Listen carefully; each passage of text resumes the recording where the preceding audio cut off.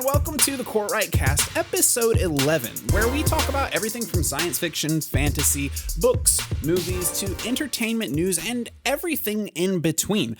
I'm your host, Alex Cortright, and this is my brother, Jonathan Cortright, and today, this episode is a bit of a different one because this is the time of year where we would be talking about our 2020 wrap-up and going over everything that we loved and hated and choosing the best films of 2020, except this year, we haven't gotten any films. Normally, I would be very excited to start. Usually we send each other rankings for movies, like with our top 3, and we're discussing, what really stuck with us, what was the best movies, what were the worst movies of the year. It's like kind of a thing every year. We always talk about it in December. And now that it's rolled around this year, I'm like, I don't have a list. I really don't have a list of best and worst. Now, I can kind of piece one together, and I've got some ideas, but it's kind of sad. Yeah.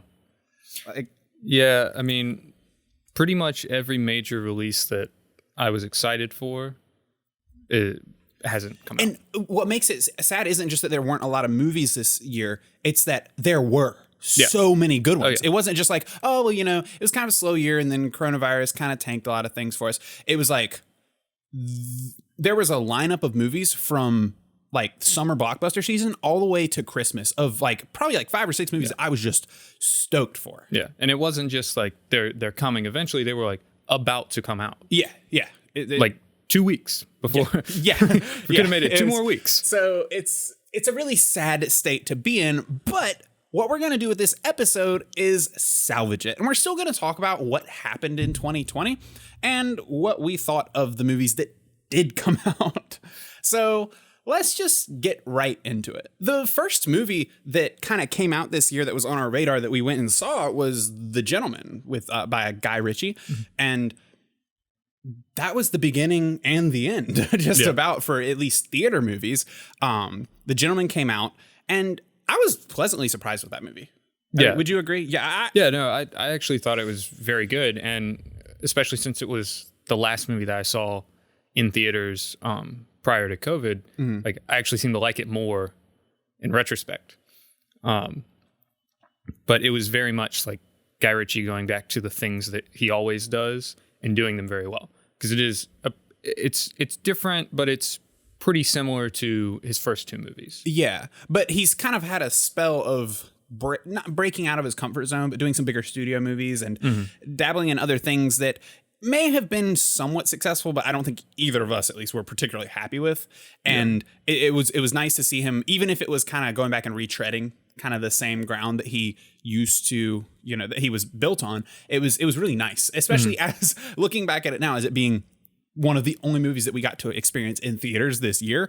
It was a really solid movie. It was very entertaining. And I think because also we haven't seen a really great Guy Ritchie movie in a few years, it was nice to like go in with kind of low expectations and come out really happy. Well, it was also a January release too. Yeah. So we were just kind of like killing time at the theater at that time. We were just like, well, we got to go see something. But, and that was the beginning of the end. I mean, was there another theater release, like major theater release? I mean, I'm sure there's obviously like the usual movies kind of coming out all the way up until COVID. Not that I know of, because not like we were about to head into the spring season where it was looking better because we were about to get A Quiet Place 2, and then we were going to get No Time to Die.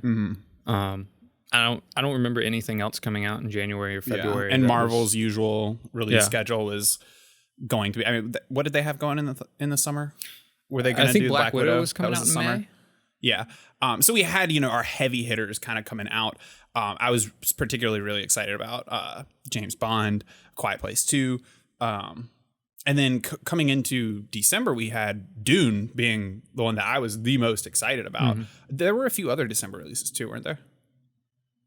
I feel like there was a couple other ones. We had Wonder Woman was that movie has been pushed back so many times. And I know they're still decided to put it out this year, and they're actually making it. And I applaud them for that. I'm not too hopeful about that movie being any good, but I do applaud them for like at least just trying to put out a remotely cinematic blockbuster film in 2020. Well, the other one that I was really looking forward to that I know like I think I'm kind of in the minority on is Death on the Nile, the Murder on the Orient Express sequel. It was supposed to come out in, I want to say October or November. Then it got pushed to December. Now it's taken off the calendar entirely. It's probably going to get a streaming service release. That is only. Those are the kind of movies that are really going to suffer for the streaming release only releases because they already weren't going to do that great in theaters. And like that's a movie that when you mention it, I'm like, oh yeah, of course that movie. Because I really enjoyed Murder on the Orient Express. Yeah. But it's not the kind of movie that's in the forefront of my mind. It's not a big franchise film. Yeah. That gets like a lot of press. So it's those kind of movies that fall through the cracks that it's really sad that got pushed back because, you know, some of the big movies that constantly have such a big budget. I mean, I have not stopped hearing about Wonder Woman and Black Widow despite them being pushed back and pushed back and pushed back.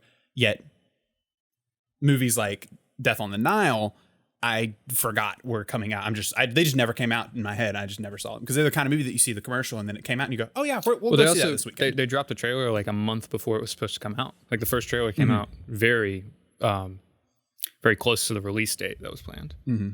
So there actually wasn't a whole lot of marketing done for that movie. So as far as theaters go, so we had The Gentleman, kind of a lull, not really anything major coming out. Everything gets canceled, and then we have Tenet come in and try to make something out of this. That gets a theater release. We went and saw it in theaters. A very nice experience, in my opinion. Part of it was because of the drought of films and just not getting to see anything on theater. And to come back to the theater with such grandiose spectacle in the typical Christopher Nolan fashion was just really rewarding. It was like made it like not worth the wait because I would have never wanted to wait in the first place, but it made it like feel like you're coming back on a high note. So I feel like there is a chance that aspect skews my view of that movie just because we didn't have anything else to really compare it to at the time. And this year we don't have much to compare it to, but I'll just go ahead and say, I think that's probably my favorite movie of the year so far. And yes, not a lot came out. And there are a couple movies coming out. It is, it's December. It's like second week in December that this podcast will be coming out.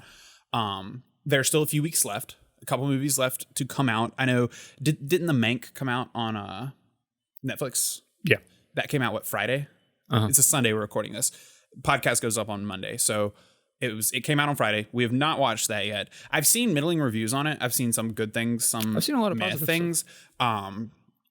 It's and he's an artist director too. Yeah. So his movies are going to appeal to the cinema buffs. I know it's got a really high Rotten Tomatoes score. Yeah. So I've seen some like article headlines here and there that are kind of middle of the road, some highs, some a little lower.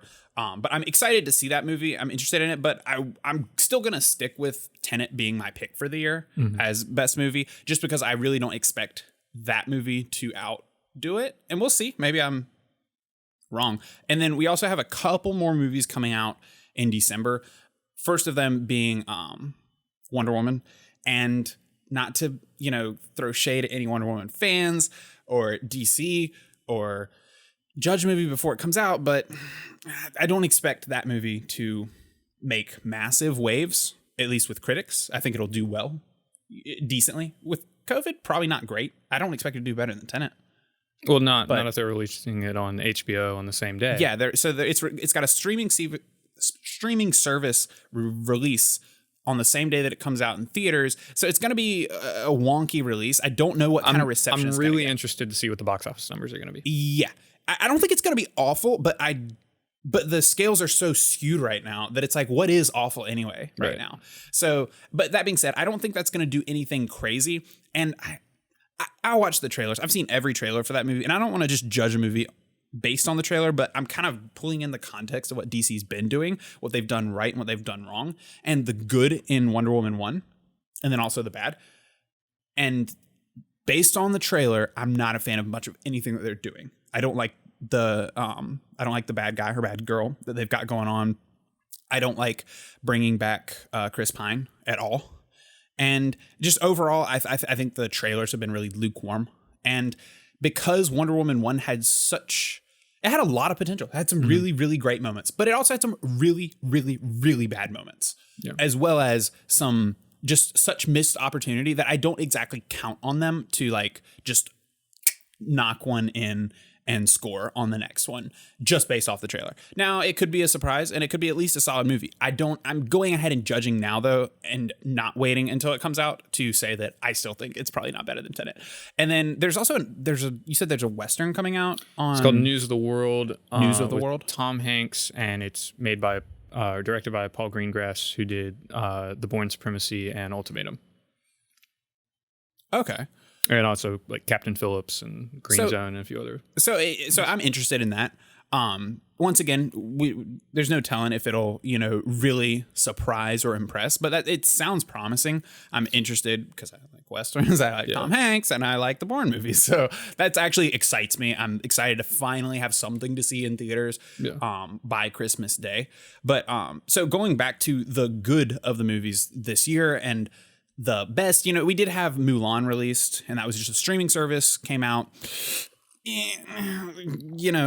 Generally poor reception across the board. Decent amount of streaming service downloads, or however I don't even know how you count these. You had to pay like $30 just to watch it on Disney Plus. Just not. I know that quite a few movies came out that I didn't even know were directed by or made by big names. I think I want to say it was Spike Lee's new movie came out.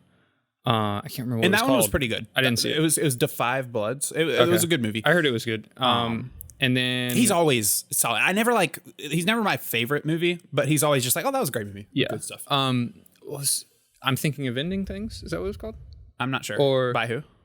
Charlie Kaufman. Not sure. I can't remember what... It was a Netflix movie, and Charlie Kaufman wrote Being John Malkovich and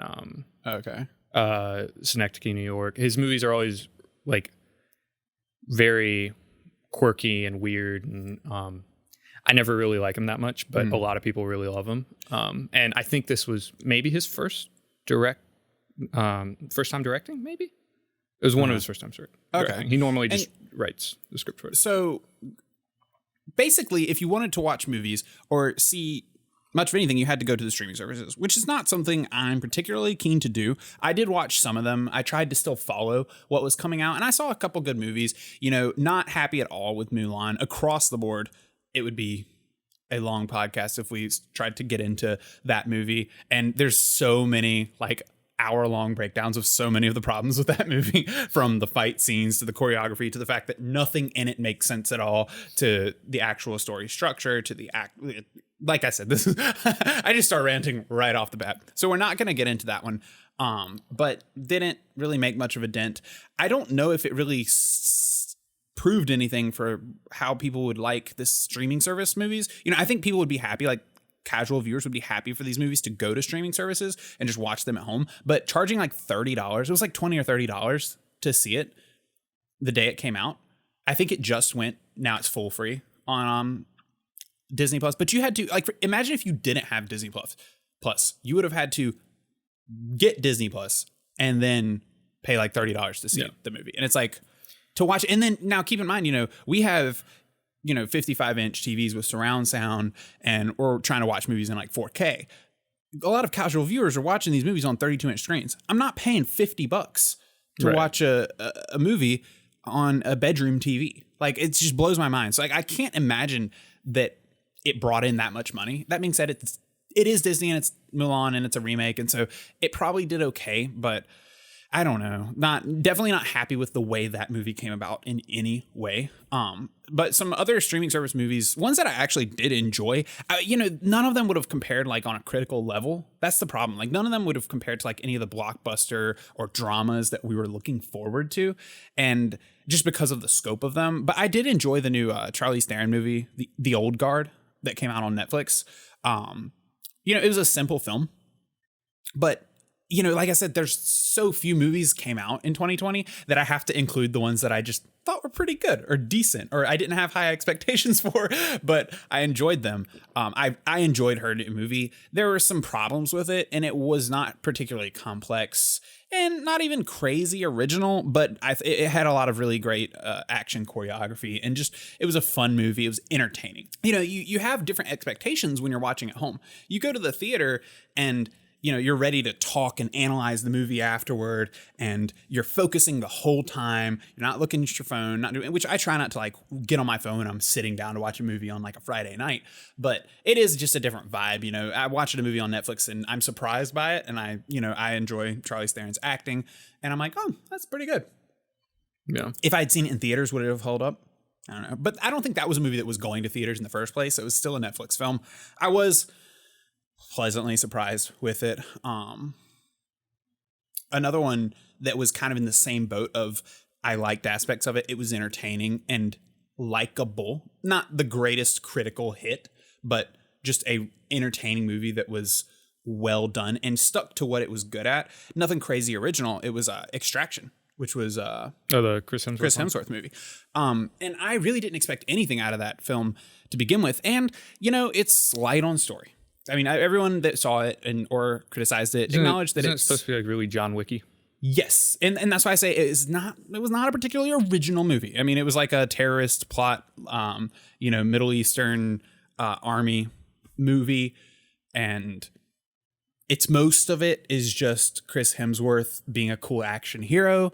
But they did a great job with the action set pieces that they did. A lot of one shots, some really great pieces. And I thought Chris Hemsworth did a solid job. It was one of those movies where, once again, if my expectations had been theater expectations, like big budget release, maybe I would have been a lot more critical of it. But watching it in my living room, I was like, oh, let's just turn this on. Watch it. It was solid. I enjoyed the film. It was lacking in a lot of areas, but it did what John Wick does. And it was not as good as John Wick because there's only one John Wick.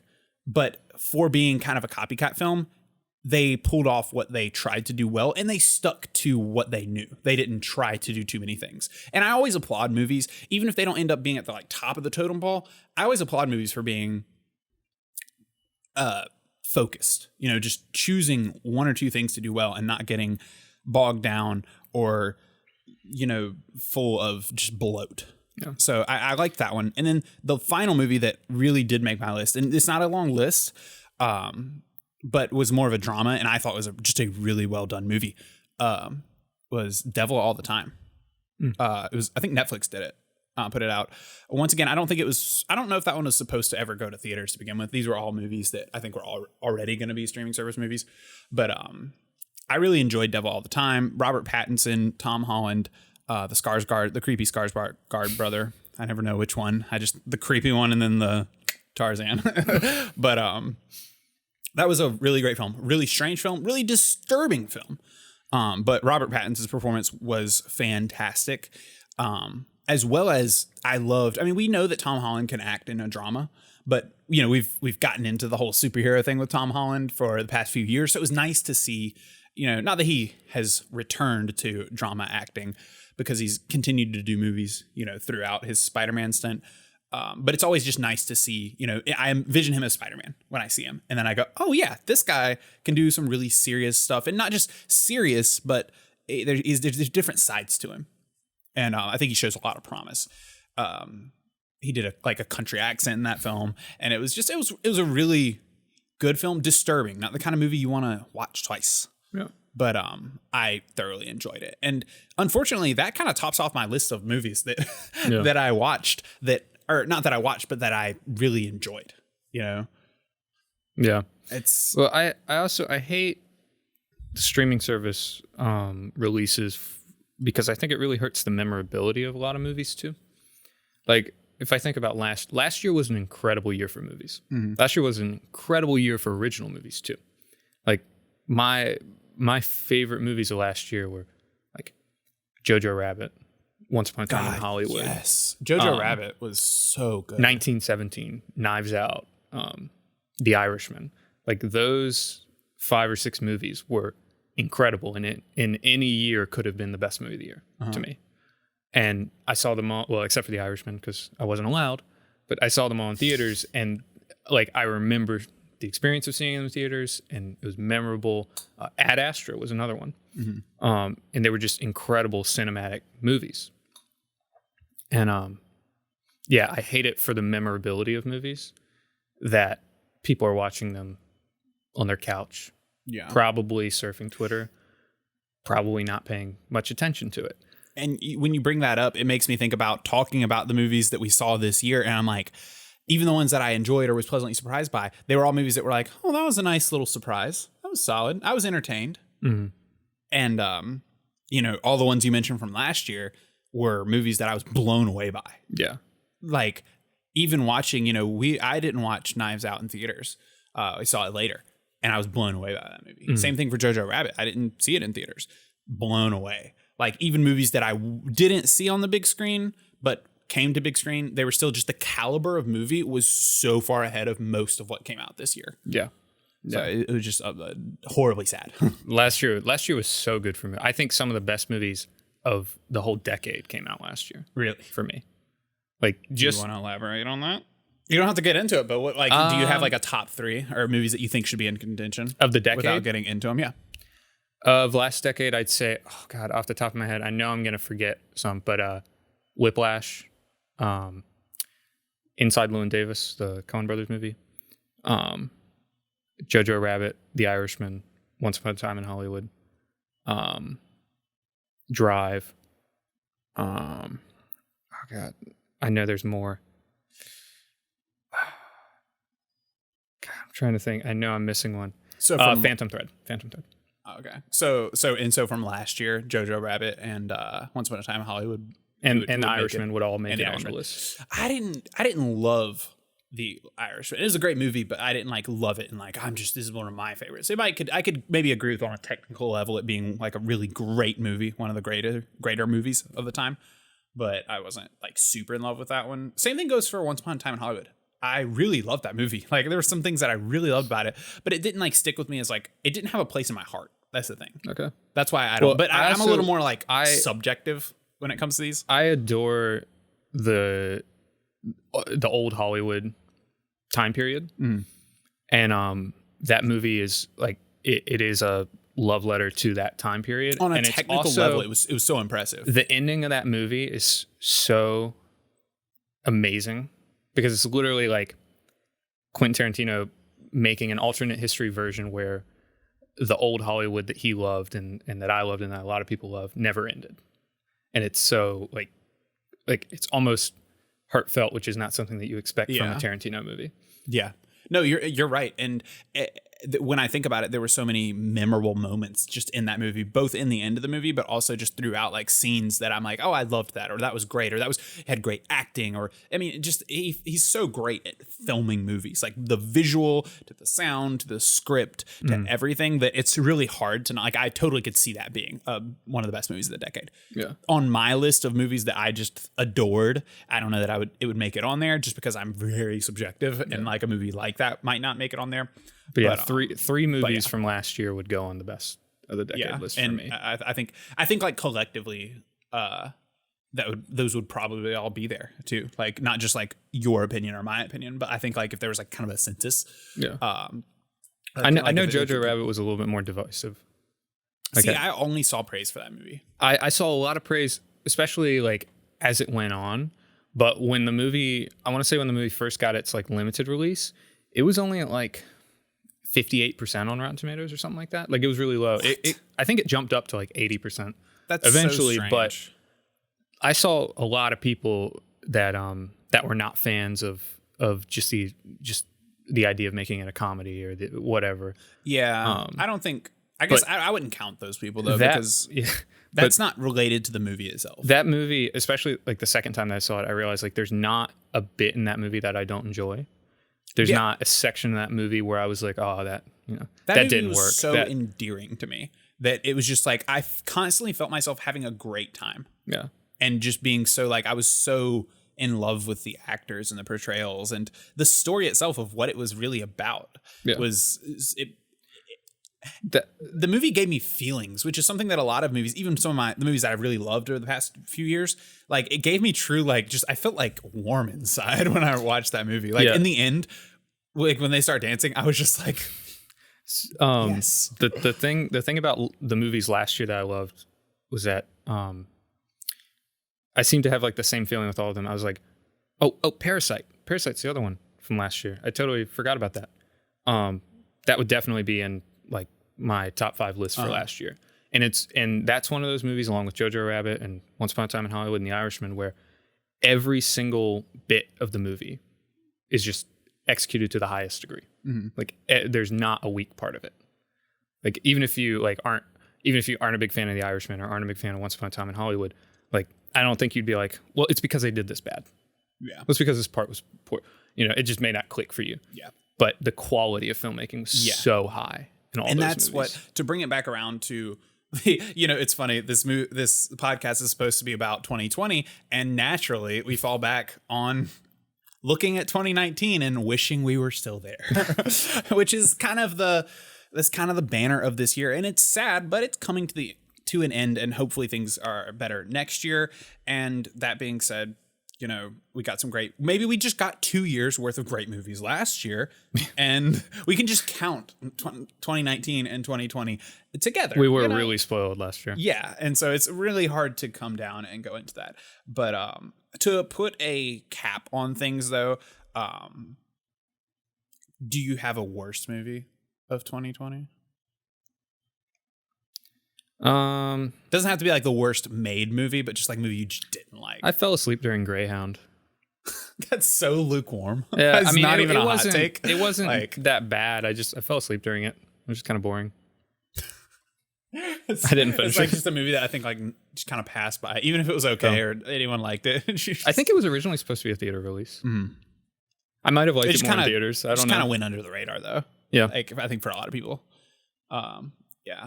Yeah, it's kind of hard to pick a worst movie. I'm trying to think, I didn't make like a long list.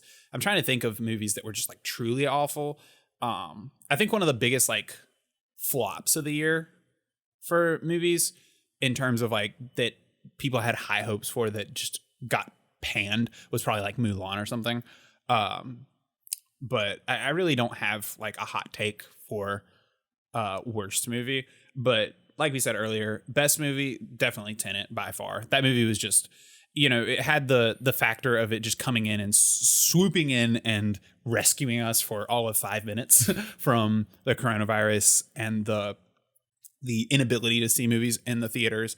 And that was worth the price of admission alone. But also, I talked about on this podcast, kind of reviewed the movie, but just to go back over some of the things that Tenet did incredibly well, just to at least justify putting them in this condensed list of good movies and to call it the best movie of 2020. I thought Christopher Nolan actually moved into a bit of a new ground for him. He retread a lot of what he does best. It had all of the elements of Christopher Nolan that you love or hate are always going to be there. But I felt like the movie had a different feel. And it moved forward in the whole, kind of science fiction element. And I think the movie was ahead of its time. Conceptually, I just think it did something that I have not seen before. And visually, it was stunning. It was exciting. It was so well paced. It had all of the sound design that I particularly really like from Christopher Nolan. The visuals were stunning on every level. I really enjoyed the casting choices. Everything I've seen from John David Washington is it just feels good. Yeah. And I'm really enjoying Robert Pattinson as a not up and coming actor because he's been around forever, but really as he's starting to step into more blockbustery roles again. And I'm really enjoying that. I thought that movie was very rewarding. From beginning to end. And I have yet to see it again since it came out. I don't even know if it's available to see again yet, but we only saw it once in theaters. I think it's coming out soon on Blu-ray. That being said, it's a movie that I think you would benefit a lot from watching multiple times. Yeah. Now, I did go back on YouTube and look through lots of, analysis videos that kind of took me through some of the things that I may have missed or reminded me of things that you would go back and see. Yeah. So you get that. I got that element of having watched it twice to really understand things. But in the more you really understand what's going on, the more you really appreciate it. And something that, as someone who writes themselves, I just really appreciate in a writer and director like Christopher Nolan is just to even remotely pull off a script like that, just to even remotely get it right. Yeah. Is just such an achievement that even if you do have like some problems with it, it's just so hard for me to like throw apples at anything about it, because like it's just so